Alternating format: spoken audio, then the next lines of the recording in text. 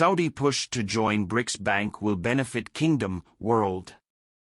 Riyadh has made a concerted push away from US-led global power structures in recent months, normalizing ties with Iran and Syria and expressing openness to trade in currencies besides the dollar. Economist Jaza Majaka explains why joining the BRICS countries' development bank would be a win-win scenario for Riyadh and the bloc. Saudi Arabia and the BRICS group of countries' new development bank are in talks on the kingdom's potential membership. The NDB currently has 9 members, the 5 BRICS countries, Brazil, Russia, India, China and South Africa, plus Bangladesh, the United Arab Emirates, Uruguay, and Egypt. Hailed as an alternative to Western-centric lending institutions like the International Monetary Fund and the World Bank, the NDB has the potential to help satiate demand for infrastructure investment among developing countries, without forcing them to commit to devastating economic reforms. Furthermore, the lender's local currency funding initiatives are specifically designed to reduce dependence on the US dollar and other reserve currencies. This decision has a political motive, but the economic aspect is of course the most important one, Lebanese economist Jaza Majaka told Sputnik Arabic, commenting on the talks between Riyadh and the NDB. Riyadh's benefit from joining is clear, given the potential for increased trade and Saudi exports especially.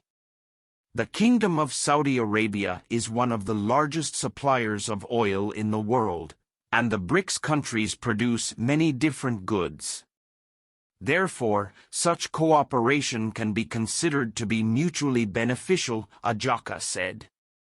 The economist expressed cautious optimism about the rise of a new world economic order, saying the kingdom can play a positive role, but that the realignment will be a rather long process. Saudi membership in the NDB would result in the expansion of the internal market of BRICS countries, meaning new opportunities for economic growth in these countries, according to Ajaka. Pending increased cooperation between BRICS and the wealthy Western powers, the economist believes that only when this happens can there be talk about the transition to a new global economic order. For now, though, the Ukrainian crisis and disputes over Taiwan are the main obstacles to this process. Solving these problems also takes a lot of time, the expert concluded.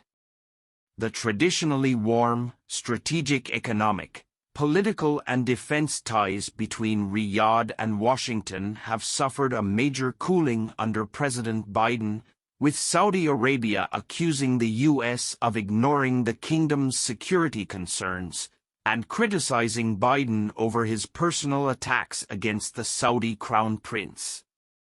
The recent success of normalization talks between Saudi Arabia and regional neighbors, including traditional adversaries like Iran and Syria, combined with Riyadh's announcement in January that the country is open to non-dollar oil trade, threatens to upset the delicate balance on which Washington's global power in the world depends.